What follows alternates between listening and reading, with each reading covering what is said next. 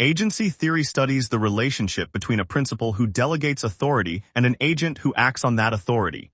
In corporate finance, the principals are shareholders and the agents are managers. Corporate governance is the system of rules and processes that direct and control a corporation. Its purpose is to align managers' interests with shareholders' interests, mitigating conflicts from the separation of ownership and control. This lesson explains the principal-agent problem, agency costs, and the mechanisms to reduce those costs. We start with the principal-agent problem. In a modern corporation, shareholders are numerous and dispersed. Most lack the time or expertise to make operating decisions, so they delegate authority to professional managers. This separation of ownership from control creates a conflict. Shareholders want managers to maximize firm value, raising the share price. Managers, however, have their own goals: higher salaries, larger offices, job security, or prestige. These goals do not always align with shareholder wealth maximization. The principal-agent problem is the risk that managers act in their own interest rather than the principal's. The problem exists because managers have both discretion and private information that shareholders lack. This informational asymmetry prevents shareholders from easily observing whether managers are truly working to increase value. Consider a large technology company. The CEO knows that a proposed acquisition would reduce long-term value because the target is overpriced. Yet completing the acquisition would increase the company's size, justifying a higher salary and prestige. Without effective monitoring, the CEO might pursue the value-destroying acquisition. Shareholders lose while the agent gains private benefits. This is a classic principal-agent problem. Now examine the costs arising from this problem called agency costs. They fall into three categories. First, direct monitoring costs. Shareholders spend resources to observe and verify managerial actions, including hiring external auditors, board time, and preparing financial statements. Second, direct bonding costs. Expenditures managers make to assure shareholders they will not behave opportunistically, such as agreeing to have their compensation audited. Third, the residual loss. The reduction in firm value that remains even after optimal monitoring and bonding. No oversight is perfect. The goal of corporate governance is to minimize agency costs, not eliminate them, because beyond a point additional monitoring costs exceed the reduction in residual loss. We now turn to the mechanisms that mitigate agency costs.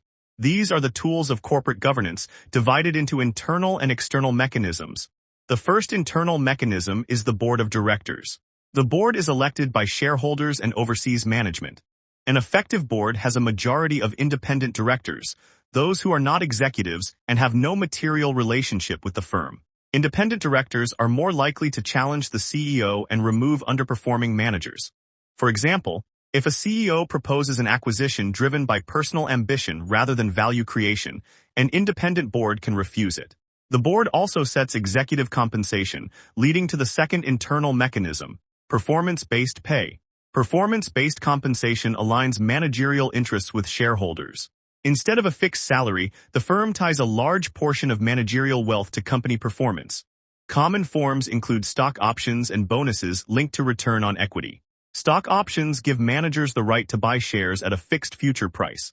If the share price rises due to value-creating decisions, the options become valuable. This gives managers a direct incentive to increase shareholder wealth. However, poorly designed plans cause problems. If bonuses are based on short-term earnings, managers might cut research and development to inflate profit. Effective compensation plans use multi-year vesting and long-term performance measures. Another internal mechanism is internal audits and financial controls, which make it harder for managers to divert company resources. A further internal mechanism is large, active shareholders. When a shareholder or small group owns a significant percentage of shares, they have the incentive and power to monitor management closely. For example, a pension fund holding 10% of a company's shares may send representatives to board meetings or launch a campaign to replace underperforming directors. Large shareholders overcome the collective action problem that plagues dispersed small shareholders, who have too little at stake to monitor. This is why institutional investors play a crucial role in corporate governance. Turning to external mechanisms, the most powerful is the market for corporate control. If managers allow the share price to fall significantly below its potential, the firm becomes an attractive takeover target. An acquirer can buy a controlling stake, replace inefficient management, and run the firm more effectively, capturing the difference between the low price and the higher potential value. The mere threat of a takeover disciplines managers. In the 1980s, many large corporations faced leveraged buyouts because managers had grown complacent. The threat forced them to focus on shareholder value. However, target firms can adopt anti-takeover measures such as poison pills, which can entrench inefficient managers and increase agency costs. Another external mechanism is the role of debt in disciplining managers. When a firm issues debt, it commits to regular interest payments. If managers fail to generate enough cash flow to meet those payments, the firm may default, and control may pass to debt holders or a bankruptcy court. This threat of financial distress encourages efficiency and reduces wasteful spending. Debt reduces the free cash flow that managers might otherwise squander on pet projects. For instance, a mature company with few growth opportunities might generate substantial cash flow. Without debt, managers might use that cash for a corporate jet or value-destroying acquisitions. With significant debt, the cash must go to pay interest, leaving little room for discretion. This is the free cash flow theory of leverage. A carefully chosen level of debt can reduce agency costs, though too much debt leads to underinvestment problems. A further external mechanism is the legal and regulatory environment. Laws against insider trading, fraud, and self-dealing provide baseline protection. Securities regulators require public companies to disclose financial information regularly, reducing information asymmetry. Auditors, credit rating agencies, and financial analysts act as external monitors. For example, if financial statements show unusual transactions with manager-controlled entities, an independent auditor may flag a conflict of interest. The threat of legal liability and reputational damage deters egregious opportunism. Moreover, stock market prices provide feedback. When managers destroy value, the share price falls, signaling to the board and potential acquirers that something is wrong. Managers who care about their careers have a strong incentive to avoid such declines. To see how these mechanisms work together, imagine a family-owned firm that has gone public. The founding family retains 30% of the shares and sits on the board. The CEO is a professional manager. The board includes several independent directors.